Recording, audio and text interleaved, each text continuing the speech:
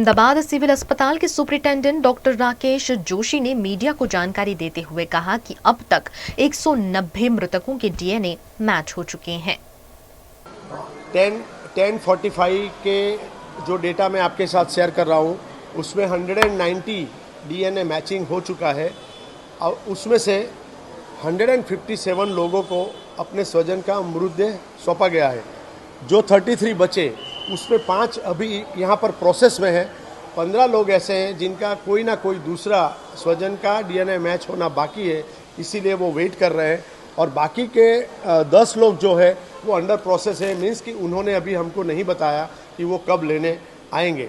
इस सारे मृतदेह में बात करेंगे जो यहाँ से गए हैं उसमें से आउट ऑफ इंडिया 2 लोगों को भेजा है और 11 लोगों को out of Gujarat by plane भेजा है और 129 लोगों को बाय रोड उनके घर पे भेजा है। जितने ये जो डीएनए मैचिंग हुआ है उसमें से 123 इंडियंस है, 4 पोर्टुगीज़ है, 27 लोग यूके सिटीज़न वाले हैं और 1 कैनेडियन एंड 4 लोग नॉन पैसेंजर पाए गए हैं। ये सारे लोगों को विथ रिस्पेक्ट उनके घर तक हमारी टीम जाके छोड़ आई है, जिस हिसाब से व्यवस्था करी है। रही बात विश्वास की, तो वो स्वस्थ था, उसकी फैमिली भी यूके से आ गई है, उसके सारे भाई कजिन्स कल से परसों से एक्चुअली वो लोग यहाँ एयर इंडिया के कंट्रोल में थे, साथ में थे और उन्होंने कल बोला कि अभी ये सब कुछ सही है तो उसको रजा दीजिए। तो अल्टीमेटली शाम को 7:30 बजे उसकी फैमिली विश्वास को यहाँ से ले गई है। वो बिल्कुल स्वस्थ है अभी। अनफॉर्चुनेटली एक और पेशेंट दर्दी जो सिविल हॉस्पिटल में दाखिल था, जिसको भी सीवियर बर्न्स था एंड वेंटिलेटर पर था, उनकी देहांत हुई है। तो इस हिसाब से देखेंगे तो 2 डेथ एडमिशन के बाद और पहला डेथ हम काउंट करेंगे डे 1।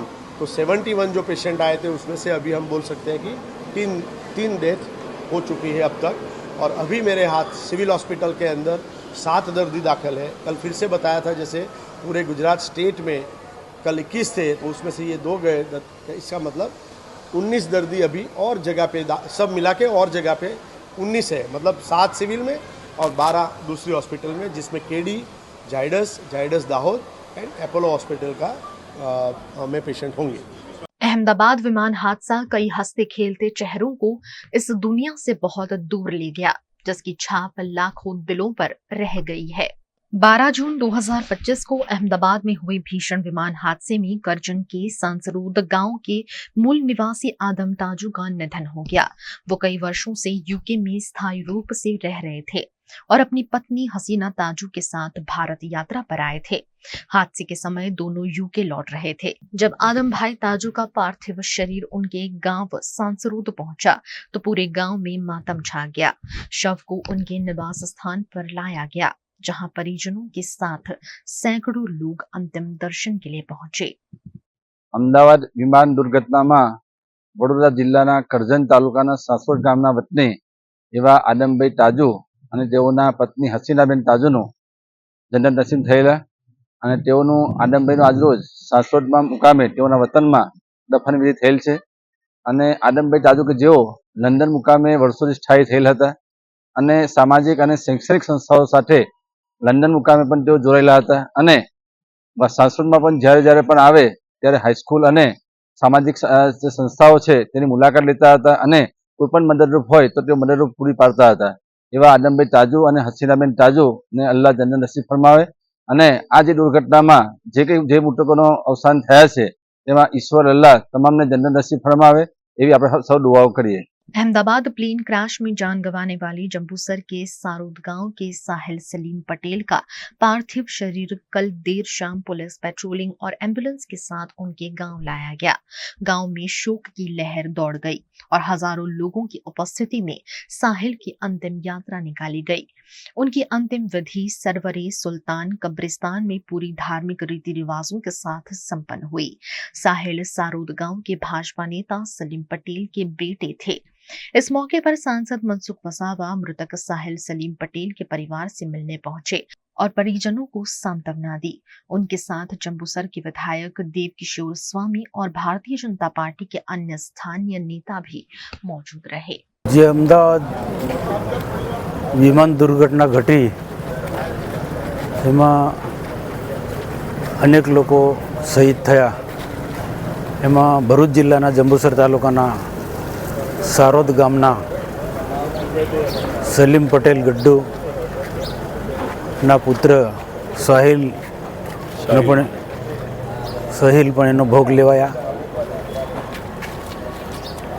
બહુ દુઃખદ ઘટના કહી શકાય. સમયસર ડેડ બોડી આપવામાં, DNA ટેસ્ટ કરવામાં પણ થોડો વિલંબ થયો છે. પણ પ્રક્રિયા જ એવી હતી કે ડેડ બોડી ઓળખી શકાય એવી સ્થિતિ જ નહોતી કે DNA ટેસ્ટ કરવો જરૂરી હતો. રાત્રે સાહિલની ડેડ બોડી અહીંયા આવી, એમના રીત રિવાજ મુજબ રાત્રે વિધિ કરી. ભરૂચ જિલ્લામાં 3-4 કેસ આ પ્રકારના છે. એ બધા જ ના આત્માને શાંતિ મળે એના માટે પરિવારજનોને આજે અમે મુલાકાત રહી રહ્યા છે. અહીંયા સલીમભાઈના નિવાસસ્થાને ધારાસભ્ય DK સ્વામી બીજા પાર્ટીના વરિષ્ઠ આગેવાનો સાથે મળી એમના પરિવારને મળ્યા, આશ્વાસન આપ્યા અને પરિવાર પર જે ભયંકર પ્રકારનું દુઃખ આવી પડ્યું છે એ પરમાત્મા સહન કરવાની શક્તિ આપે અને મૃતક આત્માને શાંતિ આપે, સદગતિ આવે એ રીતના અમે परमात्मा ने प्रार्थना करी। गुजरात के भरूच में RMB विभाग की बड़ी लापरवाही सामने आई है।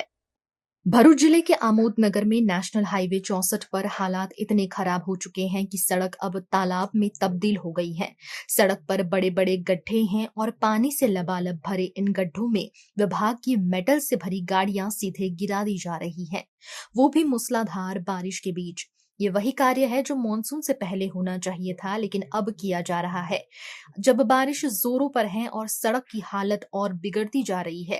बताया जा रहा है कि कुछ दिन पहले आमोद तालुका बीजेपी के पूर्व महामंत्री डॉक्टर राहुल ने भी विभाग के अधिकारियों को टेलीफोन पर सूचना दी थी। इसके बावजूद विभाग ने कोई गंभीरता नहीं दिखाई। आज जब पूरा हाईवे जलमग्न हो चुका है तब जाकर ये तस्वीर सामने आई है।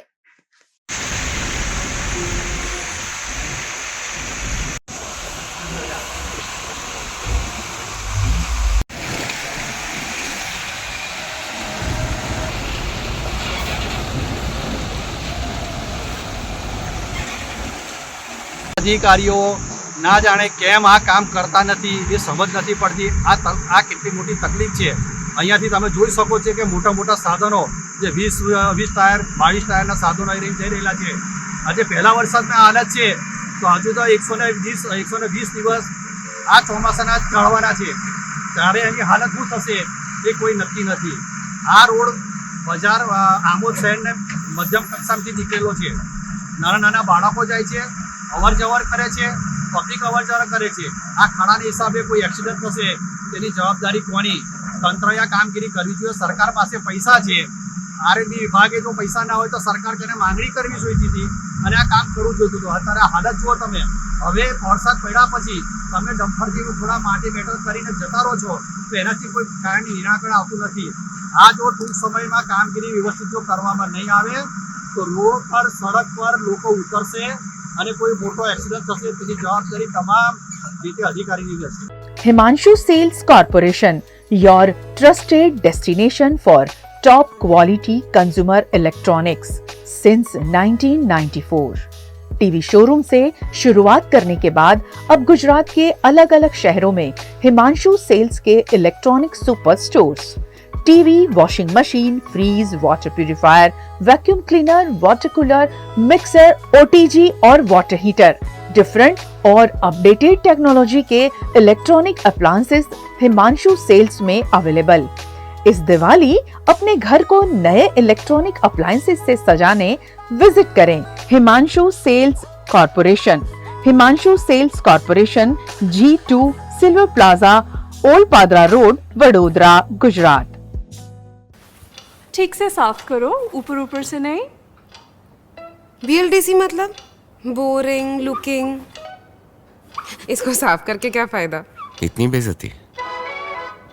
Switch to RR signature designer BLDC fans, जो बोरिंग लुकिंग नहीं, वेरी स्टाइलिश लुकिंग है।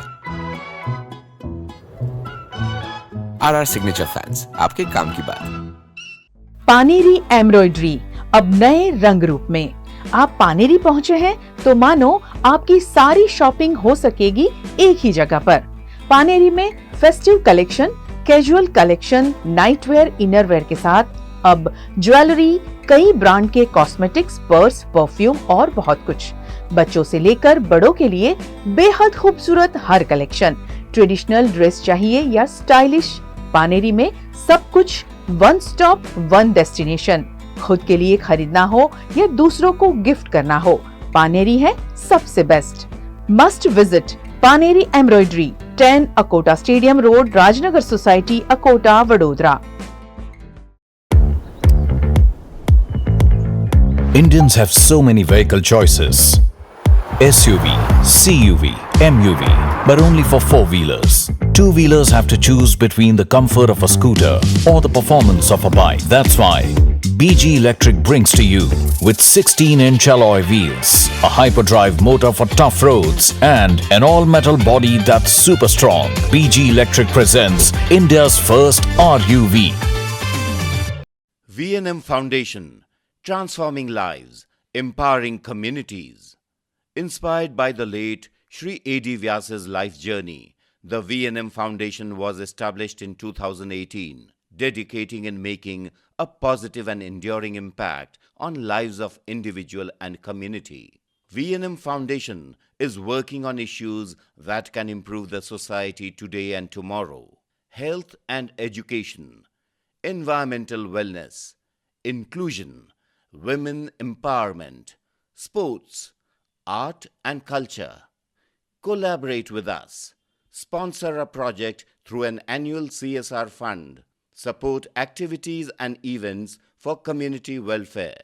Elevate your brand through annual association with V&M Foundation. Volunteer your time and skill. Donate now and claim an ATG tax exemption. V&M Foundation is registered under Section 80G of the Income Tax Act. V&M Foundation, transforming lives, empowering communities. For more details, contact 918738 72606 or 919879 572606. Gujarat के वडोदरा में 2 साल के बाद भी मकान न मिलने पर तांदलजा के स्थानीय निवासियों ने विरोध प्रदर्शन किया। वडोदरा शहर की सन फार्मा रोड क्षेत्र में स्थित नीलगिरी वुडा कॉलोनी के जर्जर मकान 2 साल पहले नगरपालिका द्वारा खाली करवाए गए थे, लेकिन अब तक उन मकानों की मरम्मत नहीं हुई है और न ही रहवासियों को नए मकानों का आवंटन किया गया है। मकान से बेघर हुए लगभग 240 परिवार पिछले 2 वर्षों से किराए के मकानों में रहने को मजबूर हैं। ना तो उन्हें तयशुदा भाड़ा दिया गया है और ना ही कोई स्थायी समाधान सुझाया गया। इसी को लेकर नाराज रहवासी आज पालिका कार्यालय पहुंचे और जमकर विरोध दर्ज कराया। स्थानीय महिला निवासी रिहाना शेख ने मीडिया से बातचीत में बताया कि यदि जल्द कोई ठोस कदम नहीं उठाया गया तो वे भूख हड़ताल पर बैठेंगे और मजबूरीवश दोबारा उन्हीं पुराने खतरनाक मकानों में लौटने को मजबूर होंगे। તાંદલજા નીલગીરી હાઉસિંગમાંથી અમે સન ફાર્મા રોડ પરથી આવ્યા છે। 2 વર્ષથી અમને ખાલી કરી દીધેલા, ડ્રેનેજ લાઈન કાપી કાઢી, પાણીનું નળ કાપી કાઢ્યું, તો બી અમે 20 દાડા 21 દાડા તો એવા જ રહ્યા, વગર લાઇટે રહ્યા। અમે બનાવી આલીશું, તમને બીજે શિફ્ટ કરીશું એવું કરીને આજે 2 વર્ષ થઈ ગયા। બધા મારી જોડે આવ્યા છે। અમે 2 વર્ષથી કોઈ અમને પૂછવા નહીં આવતું, ત્યારે અમે બધાએ મીટિંગ કરી કે આપણે જઈને સાહેબને રજૂઆત કરીએ કે 2 વર્ષ થઈ ગયા છે, છોકરાઓની ફી ભરીએ, ભાડા ભરીએ કે શું કરીએ અમે। એટલા માટે અમે બધા જણ અહીં આવ્યા છે।